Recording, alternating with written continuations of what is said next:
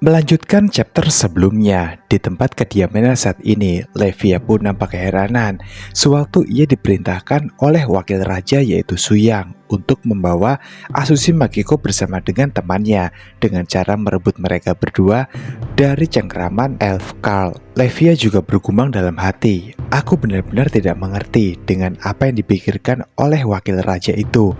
Ia memerintahkanku membawa banyak wanita ke tempat ini. Apa tujuannya sebenarnya? Melihat sebuah bangunan kastil yang tampaknya sangat menyeramkan, ditambah auranya sangat gelap, Asushi Makiko pun bertanya pada Levia, di sini, jika aku amati, mungkinkah ini yang dinamakan dengan kota iblis? Sahabat dari Asushi Makiko lalu juga bertanya pada Levia, kamu yang membawa kami ke tempat ini, apa yang kamu ingin lakukan sebenarnya pada kami? Bukankah kita tidak saling mengenal sebelumnya? Kemudian secara perlahan, pintu kastil itu pun mulai terbuka. Nampak seseorang muncul dari balik pintu besar itu, sembari ia menyerukan sebuah kalimat, tidak perlu gugur seperti itu. Waktu panjang tidak melihat. Suyang dengan gagahnya memasukkan tangannya ke dalam saku celana sambil berjalan menuju Asushi Makiko dan yang lain. Dengan tersenyum sangat ramah kepada Asushi Makiko dan sahabatnya, Suyang pun lalu menyapa, kalian berdua, apakah kabar kalian baik-baik saja? Sontak Asushi Makiko pun terkejut. Suyang, apa yang kamu lakukan di tempat ini? Apakah benar? Tapi bagaimana mungkin? Asushi Makiko berpraduga, apakah mungkin memang benar jika pemimpin dari kastil menyeramkan ini atau kota iblis adalah Suyang?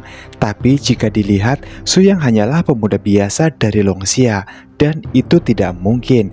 Namun aura Suyang begitu sangat hebat, kuat, terasa menyeramkan. Suyang kemudian memberikan perintah pada Levia. Levia, sekarang kau boleh pergi dulu. Baiklah tuanku, aku mengerti. Lalu Suyang menatap ke arah Asushi Makiko dan sahabatnya. Suyang berkata sembari menatap Nona Asushi Makiko.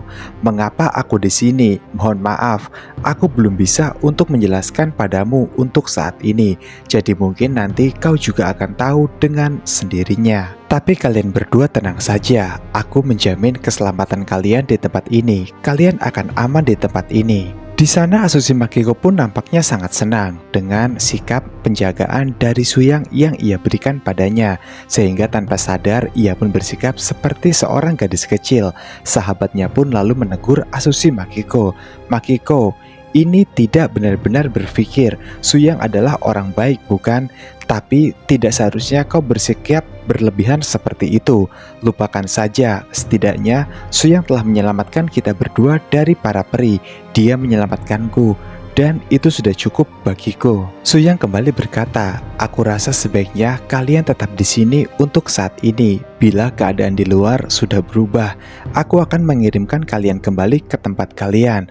Oke Suyang, aku mengerti dan aku akan menunggu di sini sesuai apa yang kau katakan. Yang kemudian Suyang pun mendatangi sebuah tempat yang lain yang ada di kastilnya itu.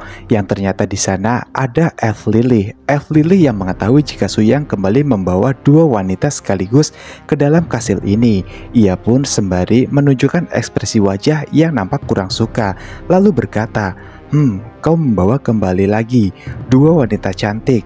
Apakah kau berencana untuk memulai harem di tempat ini? Suyang tersenyum sambil ia memegang wajah dari Elf Lily. Suyang pun berkata, apakah kau ini cemburu?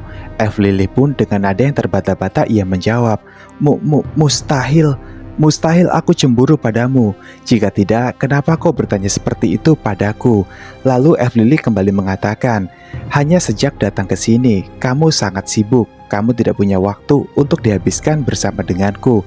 Aku tak keberatan kamu membawa gadis lain kembali.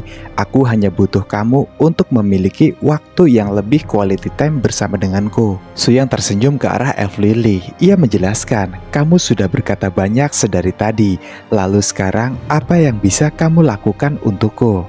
Yang setelah itu Suyang pun langsung menutup pintu dari tempat itu. Kemudian ia pun berkata, baiklah jika itu maumu. Mulai hari ini aku akan menghabiskan quality time yang terbaik, hanya khusus berdua denganmu saja.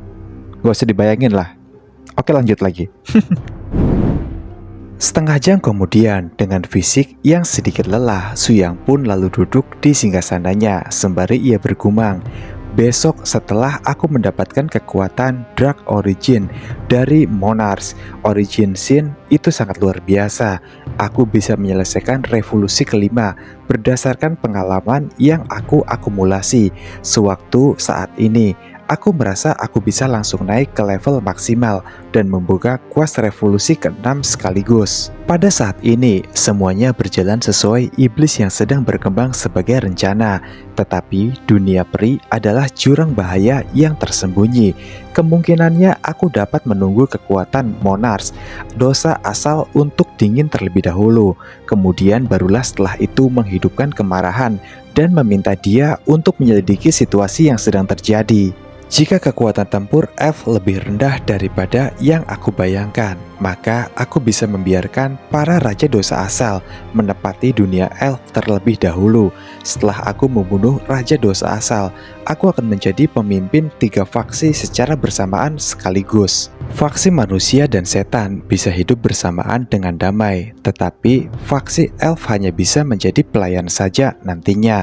Itu berarti aku sangat tidak sabar untuk melihat ekspresi terkejut dari bangsa elf ketika menerima hadiah dari Abyss tersebut. Ya benar, aku hampir lupa tentang kelompok itu dari bangsa Shiva. Ngomong-ngomong, para bangsawan itu harusnya sebanyaknya sudah dipindahkan sekarang, terutama Amino itu. Aku akan coba untuk menyelidikinya terlebih dahulu. Sebagai orang beradab yang selalu membalas dendam, saatnya membuat dia membayar dengan harga yang setimpal. Cerita pun kemudian bergeser ke kota suci, yang dimana di sana pendeta suci Euphemia Vega mendapatkan sebuah titik terang dari hasil pencariannya selama ini. Dalam hatinya ia bergumam, semua petunjuk menunjuk pada Suyang. Apakah dia benar-benar berkaitan dengan penguasa Abyss tersebut? Pendeta suci Euphemia Vega lalu berdiri di depan patung suci yang ada di kuil itu dengan maksud dan tujuan untuk memeriksa catatan terkait dari Suyang tersebut. Kemudian, semua perubahan kelas bintang 5 ini mungkin menjadi tantangan bagi para jenius biasa.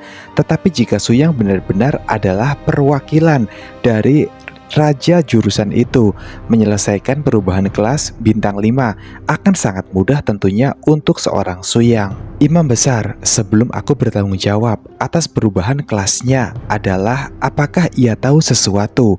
Tolong bantu aku untuk mengetahui semuanya.